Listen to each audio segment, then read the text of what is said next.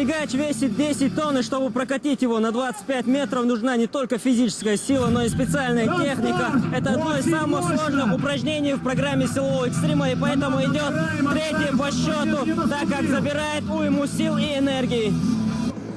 В этом упражнении Сурхоз занял 7-е место и положил необходимые очки в свою копилку. Невероятно в этом упражнении сотворил и Алихан Масаев из Грозного, который не участвует в соревнованиях, а просто вызвался сам на этот бой с гигантом. Только этот парень одолел его одними ушами.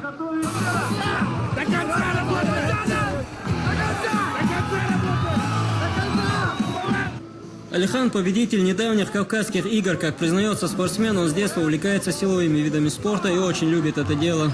أول والرسا دوختش چطورتی گوده أول والوسا إزجز مالي وستير حلوانو دالش توديش تعمشين وزوش ماشين وزوش يمشين وزوش هندال مرة فورة وزين سبتميتر إن شاء الله إتميتر يو وزو حجرو تكترين روكشن إشتياق مشان دحر وزينر